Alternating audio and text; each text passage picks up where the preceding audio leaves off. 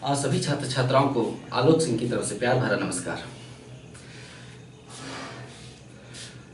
Sir Syed Ahmad खां के साथ मिलकर अंग्रेज लगातार भारत में फूट डालो राज करो की नीति का अनुसरण कर रहे थे। जब 1885 में कांग्रेस की स्थापना हुई थी, तभी से अंग्रेजों ने सर सैयद अहमद खां के नेतृत्व में मुसलमानों को कांग्रेस के प्रति सशंकित करना प्रारंभ कर दिया था।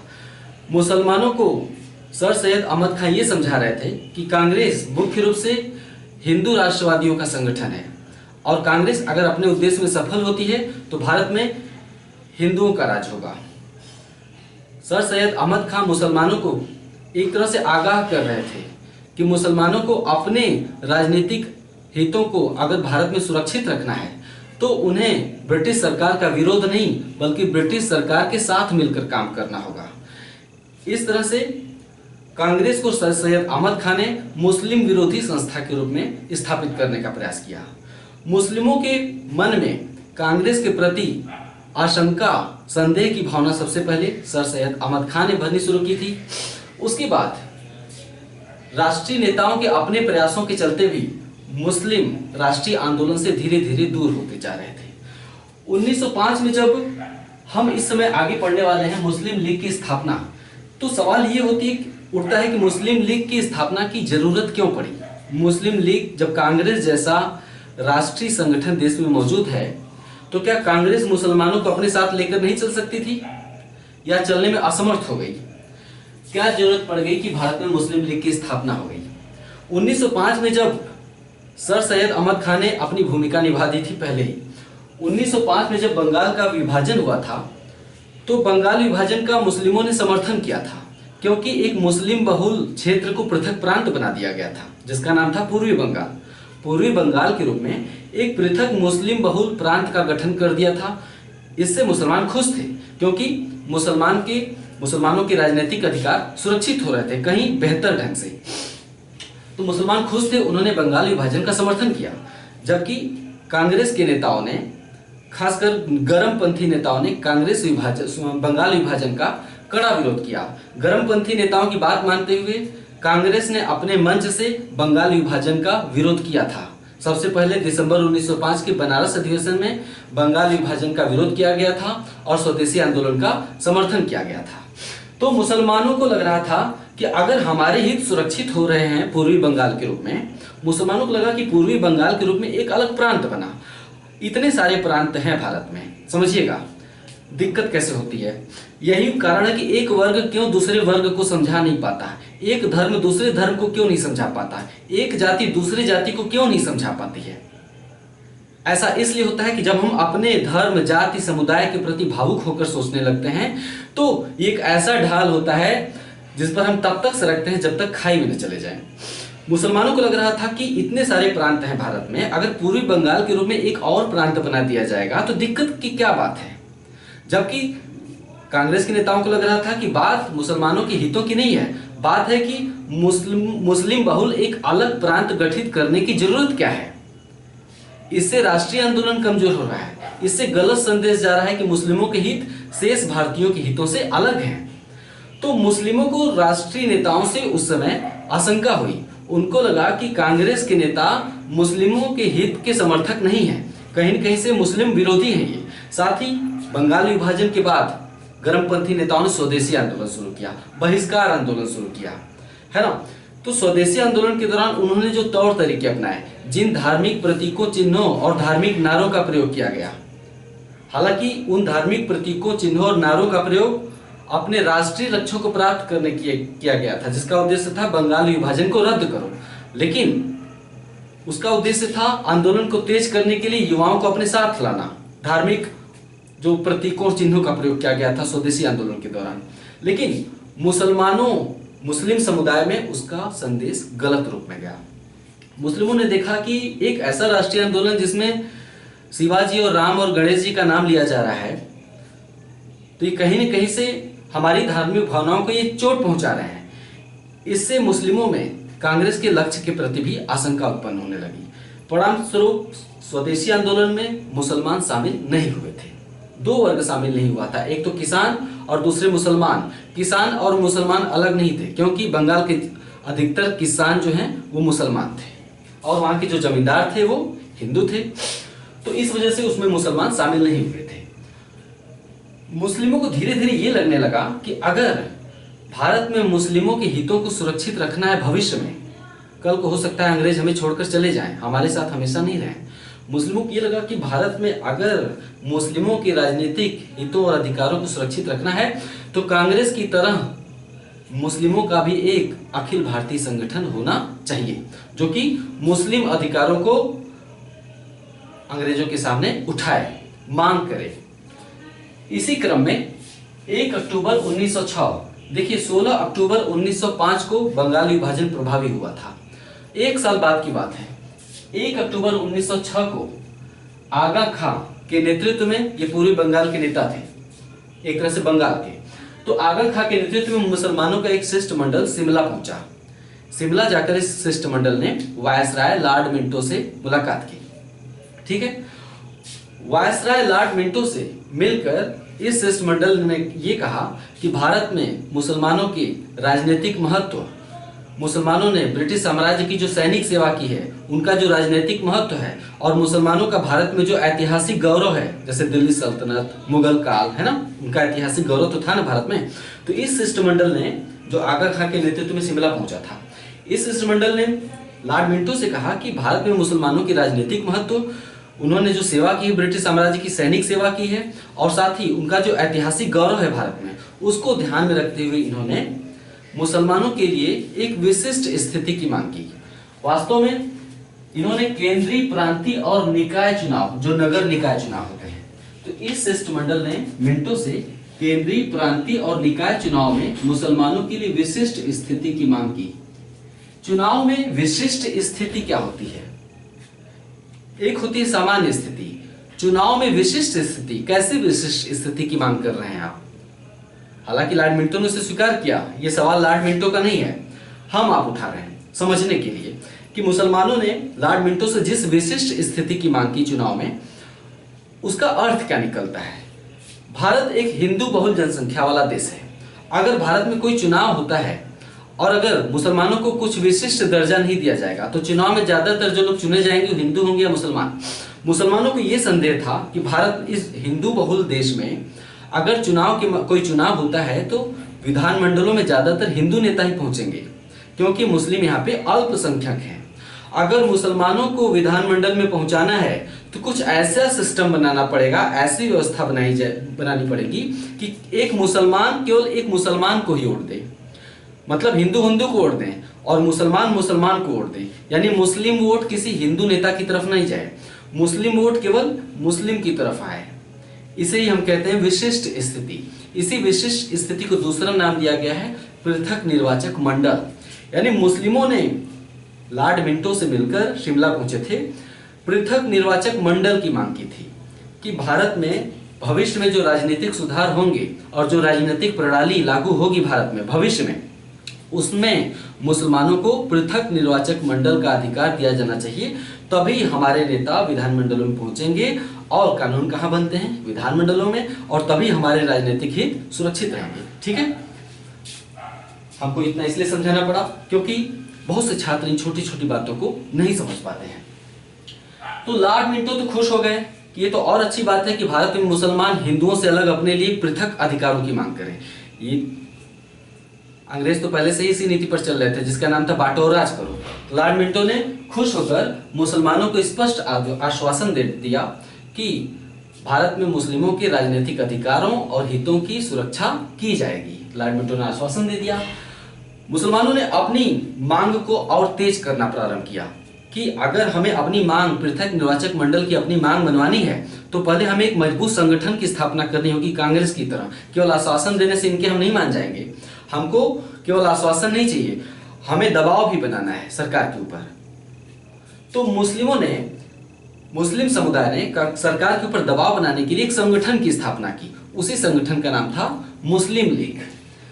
ढाका के नवाब सलीमुल्लाह, ढाका, ये अचानक सलीमुल्लाह कहां से आ गए? दरअसल जब बंगाल विभाजन हुआ था तो एक तरफ तो कांग्रेस के नेताओं ने बंगाल विभाजन के विरोध में स्वदेशी आंदोलन चलाया था, दूसरी तरफ उसी दौरान मुस्लिम भी बंगाल विभाजन के समर्थन में आंदोलन चला रहे थे। तो बंगाल विभाजन के समर्थन में मुस्लिमों द्वारा जो आंदोलन चलाया जा रहा था,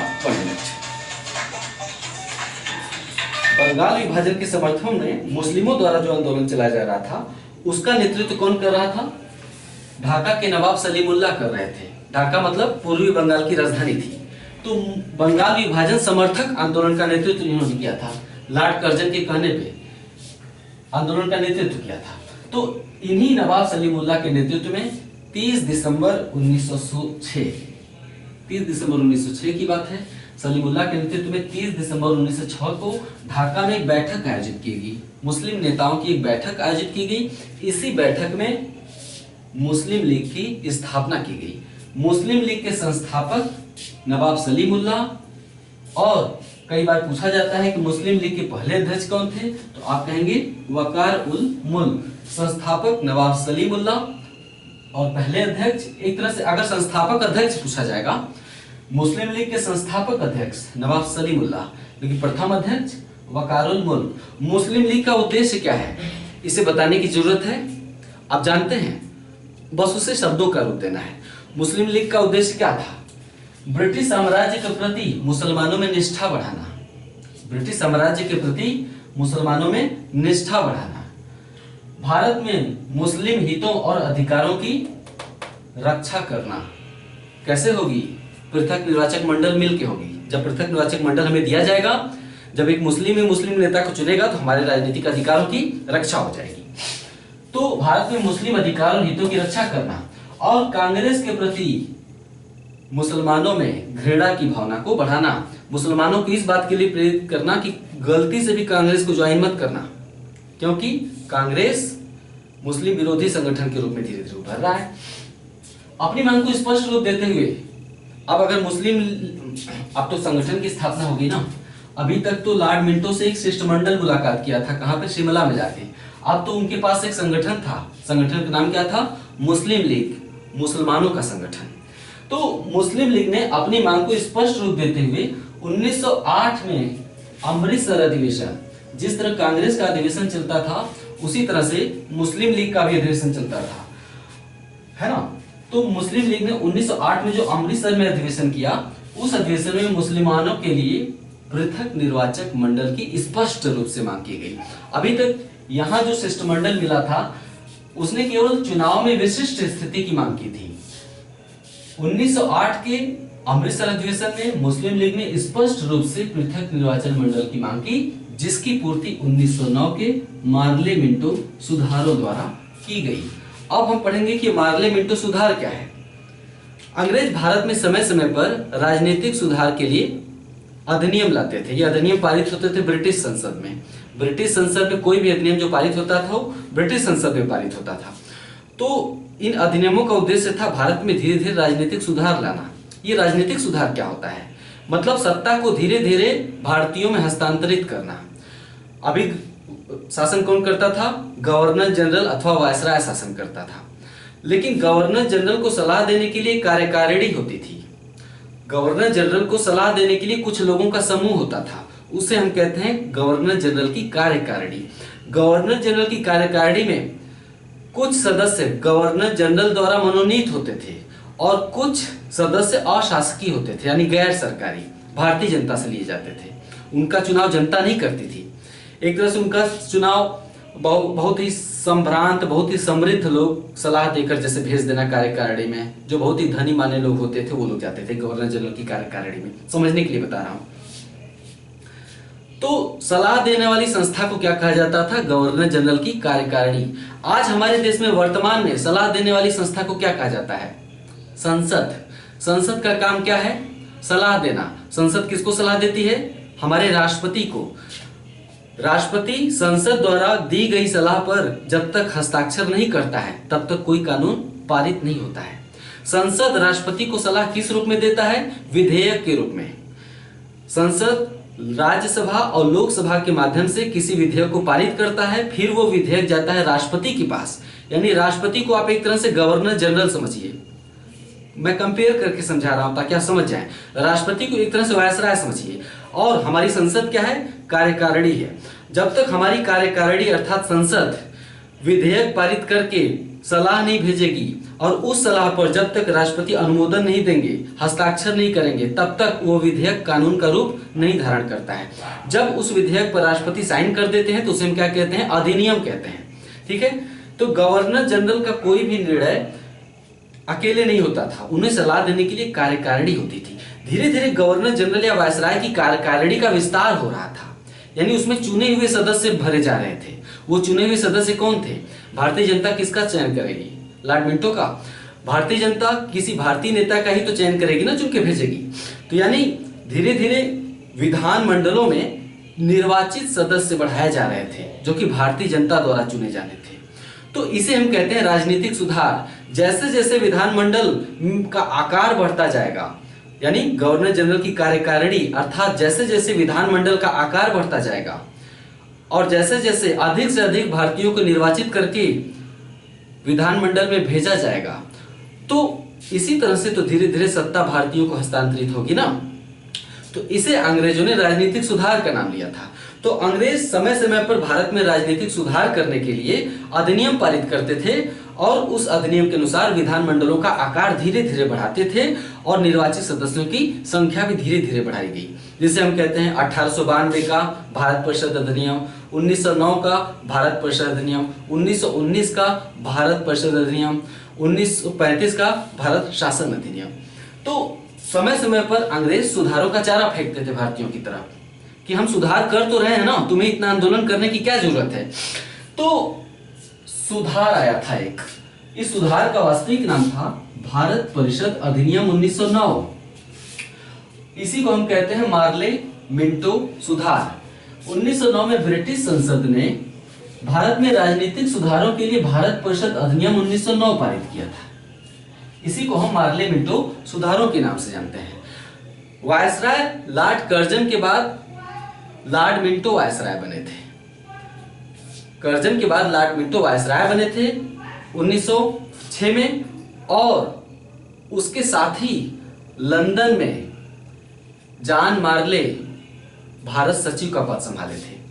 भारत में लॉर्ड मिंटो वायसराय बने और लंदन में जॉन मार्ले भारत सचिव का पद उन्होंने संभाला था।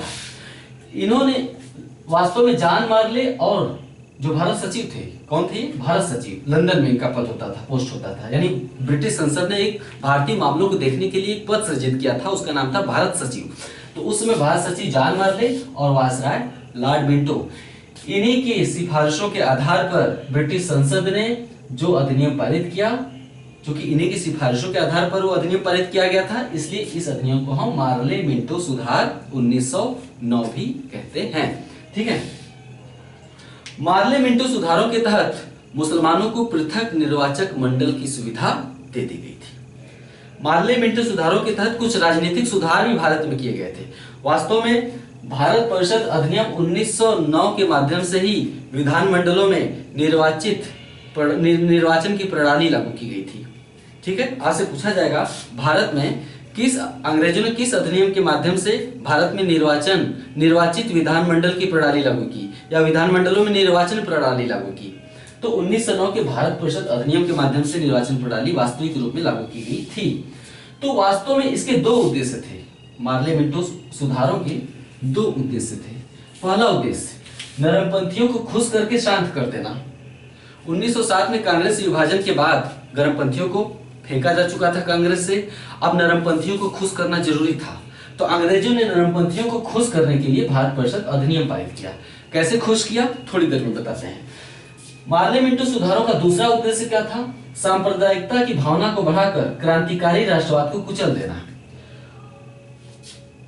जब सूरत फूट पड़ गई थी, गर्मपंथियों को कांग्रेस से अलग कर दिया था, तो गर्मपंथियों ने भारत में क्रांतिकारी गतिविधियों को बढ़ा दिया था युवाओं के साथ मिलकर। तो उस समय भारत में क्रांतिकारी गतिविधियां अपने चरम पर थी। राजनीतिक हत्याओं का सिलसिला चल रहा था, कहीं बम फेंके जा रहे थे, कहीं बम बनाने की फैक्ट्रियां पकड़ी जा रही थी। तो सांप्रदायिकता दूसरा उद्देश्य था, सांप्रदायिकता की भावना को बढ़ाओ, यानी हिंदू मुस्लिम फूट को बढ़ाओ, भावना बढ़ाकर क्रांतिकारी राष्ट्रवाद को कुचलना। तो पहला उद्देश्य था नरमपंथियों को खुश करके उन्हें शांत कर देना। पहले उद्देश्य की पूर्ति कैसे की गई? मार्ले मिंटो सुधारों द्वारा पहले उद्देश्य की पूर्ति के लिए केंद्रीय और प्रांतीय विधानमंडल, यानी केंद्रीय विधानमंडल मतलब वायसराय की कार्यकारिणी और प्रांतीय विधानमंडल, मतलब जो प्रांतों में गवर्नर होता था, गवर्नर की कार्यकारिणी, समझ रहे हैं ना, जो उसे सलाह देते थे। तो पहले उद्देश्य की पूर्ति के लिए मार्ले मिंटो सुधारों के तहत केंद्रीय और प्रांतीय विधानमंडलों के आकार और शक्ति में वृद्धि की गई। आकार मतलब उसमें संख्या बढ़ा दी गई, और शक्ति मतलब उन्हें कुछ अधिकार दे दिए गए सलाह देने के संदर्भ में। ठीक है, मार्ले मिंटो सुधारों द्वारा ही भारत में विधान परिषदों में निर्वाचन प्रणाली लागू की गई।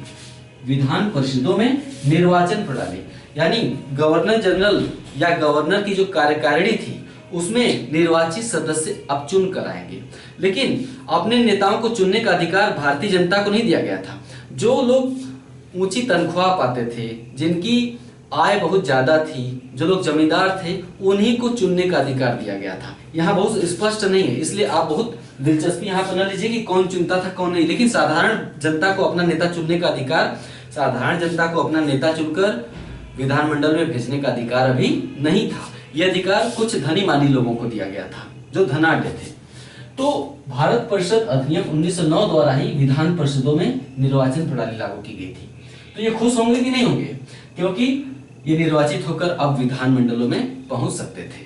यानी कांग्रेस के नरमपंथी नेताओं का जो उद्देश्य था अंग्रेजों से राजनीतिक सुधार करवा लेना, मिल तो रहा था राजनीतिक सुधार, और जब राजनीतिक सुधार हो रहा है तो क्रांतिकारी आंदोलन चलाने की जरूरत क्या है, शांत बने रहो। यही कारण था कि 1907 के सूरत फूट के बाद 1915 तक कांग्रेस ने कोई विशेष आंदोलन नहीं चलाया, क्योंकि नरमपंथियों को जो चाहिए वो मिल रहा था। दूसरा उद्देश्य बाद में देखेंगे, लेकिन 1909 का जो सुधार था इसका उद्देश्य भारत में उत्तरदायी सरकार की स्थापना करना नहीं था। उत्तरदायी सरकार क्या होती है? हमारे यहाँ सरकार अपने से ही कोई निर्णय नहीं ले लेती है, सरकार को संसद से स्वीकृति चाहिए। कोई भी सरकार हो, जब तक संसद से उसे स्वीकृति नहीं मिल जाती है तब तक सरकार अपने निर्णयों को पूरे देश पर लागू नहीं कर सकती। यानी लोकसभा के प्रति मंत्रिमंडल का जो उत्तरदायित्व होता है उसी को हम कहते हैं उत्तरदायी सरकार। तो 1909 के सुधारों का वास्तविक उद्देश्य भारत में उत्तरदायी सरकार की स्थापना करना नहीं था। उनका उद्देश्य केवल सुधारों का चारा फेंककर नरमपंथियों को शांत करना था, और दूसरा भारत में सांप्रदायिकता को बढ़ावा देना था। पृथक निर्वाचक मंडल की सुविधा देकर, मुसलमानों को पृथक निर्वाचन मंडल की सुविधा देकर सांप्रदायिकता की भावनाओं को बढ़ाना था। तो इसका उद्देश्य भारत में उत्तरदायी सरकार की स्थापना करना बिल्कुल नहीं था।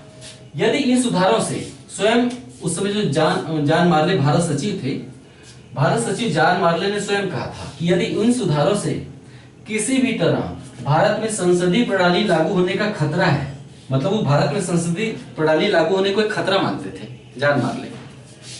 उन्होंने कहा इन सुधारों से किसी भी तरह यदि भारत में संसदीय प्रणाली लागू होने का खतरा है तो कम से कम मैं उससे कोई वास्ता नहीं रखना चाहूंगा, उसमें आप लोग मुझे कोई दोष मत दीजिएगा। सुधार तो हो रहे हैं, लेकिन अगर इन सुधारों से भारत में संसदीय प्रणाली धीरे धीरे भविष्य में संसदीय प्रणाली लागू हो जाने का खतरा है तो कम से कम मैं इन सुधारों से कोई वास्ता नहीं रखना चाहूंगा। हाँ, दूसरा उद्देश्य क्या था? वही सांप्रदायिकता की भावना को बढ़ाकर क्रांतिकारी राष्ट्रवाद को चलना। दूसरे उद्देश्य की पूर्ति के लिए सरकार ने मुस्लिमों को पृथक निर्वाचक मंडल की सुविधा प्रदान की, जो कि इस अधिनियम का सबसे बुरा पक्ष था, और वास्तव में यह अधिनियम मुस्लिमों को पृथक निर्वाचक मंडल की सुविधा प्रदान करने के लिए ही लाया गया था। ठीक है, अधिनियम का असली उद्देश्य यही था। अंग्रेजों की यही नीति कालांतर में भारत के विभाजन का कारण बनी। ठीक है, अंग्रेजों ने जो पृथक निर्वाचक मंडल की सुविधा देकर मुस्लिमों को तुष्ट करने का प्रयास किया, तो तुष्टिकरण मतलब होता है पृथक हित, हमारे हित अलग हैं, इसे हम कहते हैं तुष्टिकरण। तो तुष्टिकरण कभी खत्म नहीं हो सकता है। तो इसी तुष्टिकरण की नीति के चलते बाद में भारत का विभाजन, यानी अगर मुस्लिमों के हित वास्तव में अलग हैं, एक मुस्लिम ही मुस्लिम को चुनेगा तभी मुस्लिमों के हित सुरक्षित रहेंगे। जब एक मुस्लिम ही मुस्लिम नेता चुनेगा तभी मुस्लिमों के हित सुरक्षित रहेंगे। इस भावना के, इस प्रणाली या इस नीति से इस भावना का जन्म होता है कि क्यों ना हमारे लिए एक अलग देश ही बना दो, हमें भारत में रहने की जरूरत ही क्या है।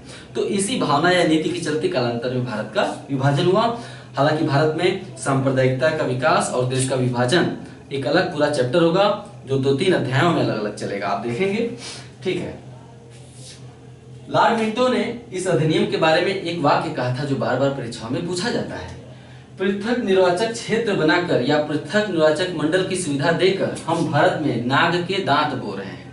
ठीक है, मतलब हम एक ऐसा विष बो रहे हैं जिसकी फसल बहुत ही कड़वी होगी।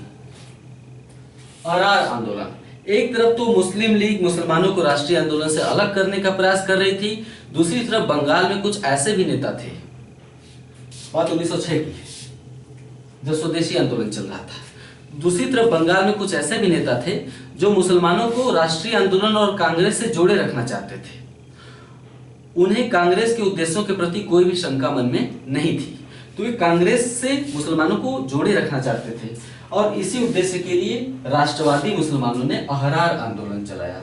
बंगाल के राष्ट्रवादी मुसलमानों द्वारा चलाया गया था, किस लिए? मुसलमानों को राष्ट्रीय आंदोलन और कांग्रेस से जोड़ने के लिए चलाया गया था। इसके नेता कौन कौन थे? मौलाना मोहम्मद अली, हसन इमाम, हकीम अजमल खां, ये तीनों प्रमुख नेता हैं। किताबों में 8-9 नेताओं का नाम लिखा है, जानकर क्या करेंगे? तो 3 प्रमुख नेता हैं, इनका नाम जान लीजिए। अहरार आंदोलन, राष्ट्रवादी मुसलमानों द्वारा मुसलमानों को कांग्रेस में शामिल करने के लिए और अंग्रेजों की चाटुकारिता बंद करने के लिए, है ना। नोट हम यहाँ भूल गए थे इसलिए यहाँ लिख दिया है।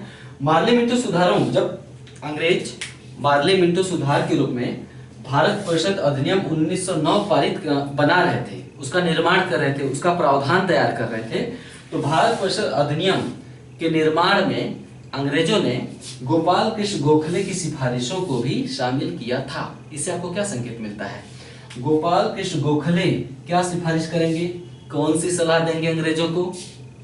ये वाला सलाह, केंद्रीय विधान मंडलों के आकार और शक्ति में वृद्धि की जाए और विधान परिषदों में निर्वाचन प्रणाली लागू की जाए ताकि हम जैसे गणमान्य लोग विधान मंडलों में पहुंच जाएं, है ना। तो इसीलिए गोखले की सिफारिशों को भी शामिल किया गया था। नेक्स्ट 1916 में लखनऊ अधिवेशन, कांग्रेस का लखनऊ अधिवेशन, इसे हम लखनऊ पैक्ट या कांग्रेस लीग पैक्ट या कांग्रेस लीग योजना के नाम से भी जानते हैं। हुआ क्या था? 1907 में सूरत विभाजन हुआ था। गरमपंथी नरमपंथी अलग हो गए थे, अधिकांश गरमपंथी नेताओं को जेल में ठूस दिया गया था। तो गरमपंथी नेता जो 1907 में कांग्रेस से बाहर हुए थे, 9 वर्षों तक लगातार कांग्रेस से बाहर रहे। 1915 तक, 1907 से लेकर 1915 तक यानी 9 वर्षों तक गरमपंथी नेता कांग्रेस से बाहर रहे। इस बीच 1914 में, पहले तो हम ये देख लेते हैं कि इसमें 2 मुख्य घटनाएं कौन सी हुई। कांग्रेस का जो लखनऊ अधिवेशन हुआ था उसकी दोनों मुख्य घटनाएं पहले जान लेंगे ना, तो जो हम बताएंगे समझ में आएगा। तो लखनऊ जो अधिवेशन हुआ था कांग्रेस का, उसमें 2 मुख्य कार्य हुए थे, 2 मुख्य घटनाएं घटित हुई थी। पहला, कांग्रेस से 9 वर्षों से पृथक हो गए, 9 वर्षों से अलग हो गए गरमपंथी नेताओं को फिर से कांग्रेस में शामिल कर लिया गया, है ना। गरम दल के नेताओं को कांग्रेस में फिर से शामिल कर लिया गया। और दूसरा कार्य क्या हुआ था लखनऊ अधिवेशन में? दूसरा, कांग्रेस ने सरकार द्वारा मुसलमानों को दिए गए पृथक निर्वाचक मंडल की सुविधा को स्वीकार कर लिया। यानी 1916 तक कांग्रेस, 1909 में जो पृथक निर्वाचक मंडल प्रदान किया गया था, कांग्रेस एक मंच, एक संगठन के रूप में उसका विरोध करती रही थी। लेकिन 1916 में पहली बार कांग्रेस ने भी मुस्लिम लीग को मिले पृथक निर्वाचक मंडल की सुविधा को स्वीकार कर लिया था, जो कि मुस्लिम लीग की एक बहुत बड़ी उपलब्धि थी। यानी कांग्रेस ने स्वीकार कर लिया था कि भारत में मुस्लिमों के हित अलग हैं पृथक निर्वाचक मंडल के रूप में। तो 2 मुख्य इसमें घटनाएं हुई थी।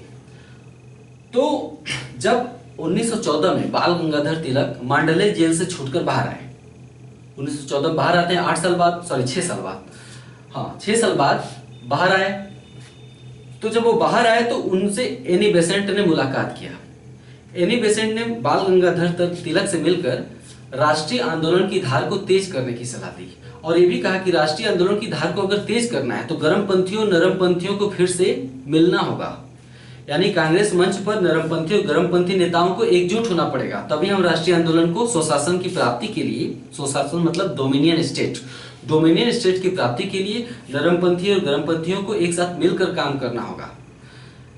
और इस प्रकार बाल गंगाधर तिलक और एनी बेसेंट ने नरमपंथी और गरमपंथी नेताओं को कांग्रेस के मंच पर इकट्ठा करने का प्रयास किया। इनका प्रयास 1916 में लखनऊ अधिवेशन में सफल रहा। 1916 के लखनऊ अधिवेशन में कांग्रेस के नरमपंथी और गरमपंथी धड़े एक बार फिर से मिल गए। गरमपंथी नेताओं को फिर से कांग्रेस में शामिल कर लिया गया, इसलिए इसे हम लखनऊ समझौता भी कह सकते हैं। हालांकि लखनऊ समझौता या लखनऊ पैक्ट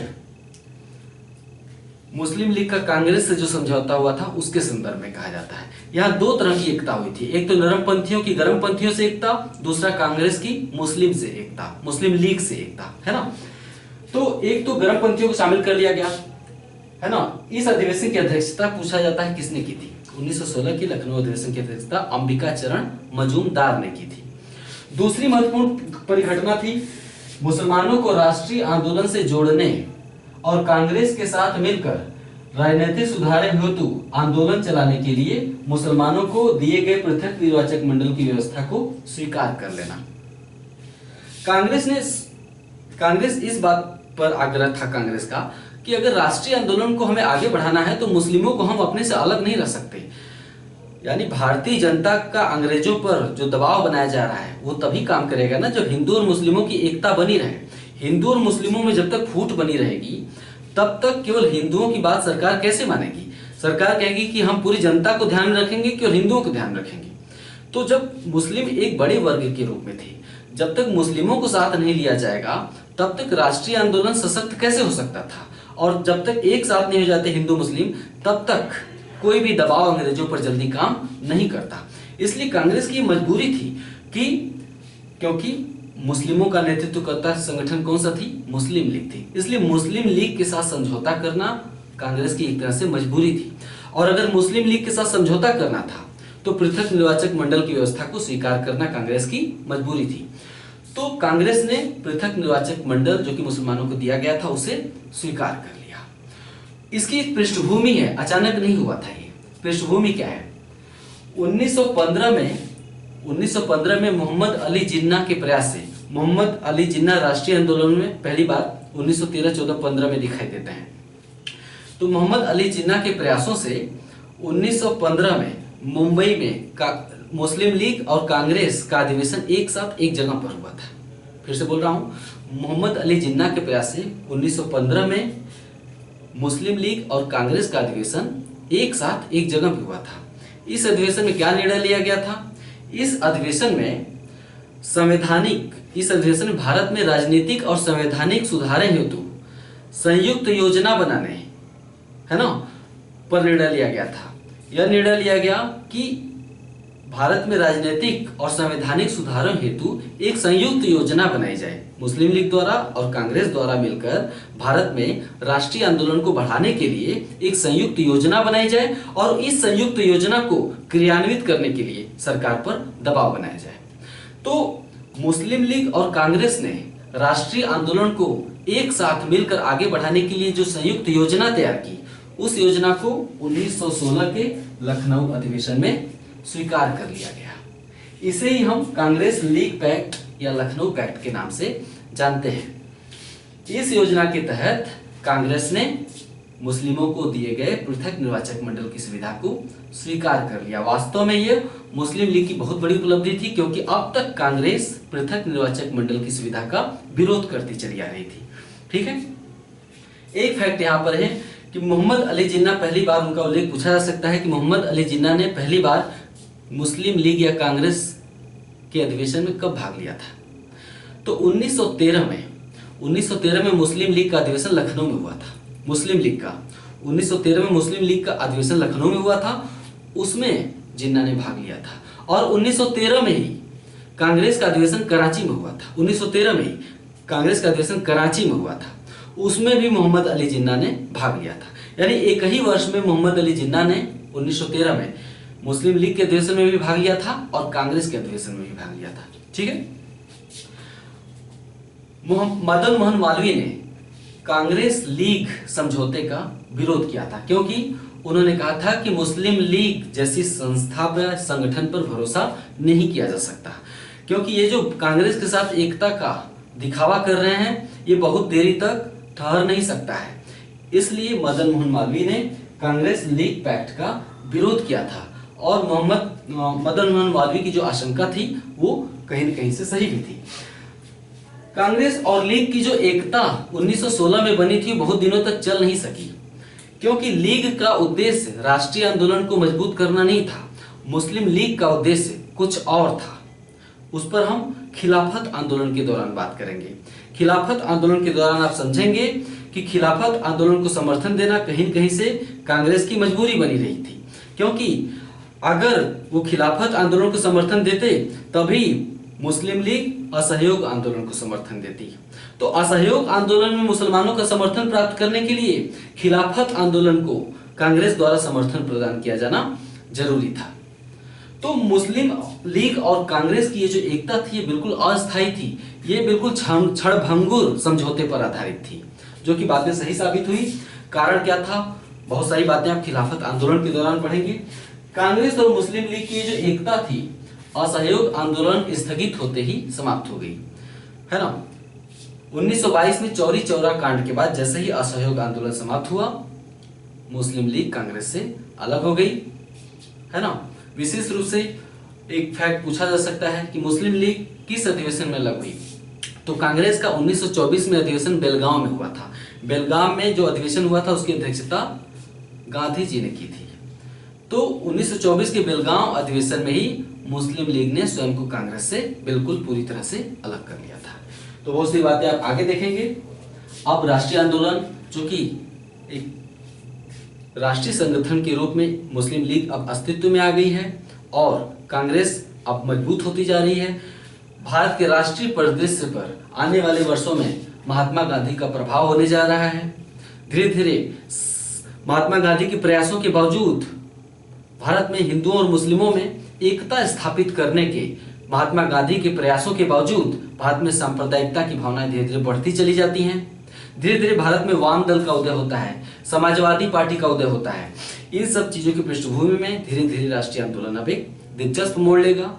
आपके लिए जरूरत है कि जो भी बताया जाता है बहुत ही ध्यान से सोच समझकर समझते हुए, कुछ भी अगर नहीं समझ में आता है तो वीडियो को 2 बार देखिए, क्योंकि इस दौरान आप जो समझेंगे वो आपकी समझ की रीढ़ का काम करेगा, हमेशा आपके दिमाग में पूरी तरह से स्थायी रहेगा। नोट्स बनाते रहिए। नमस्कार।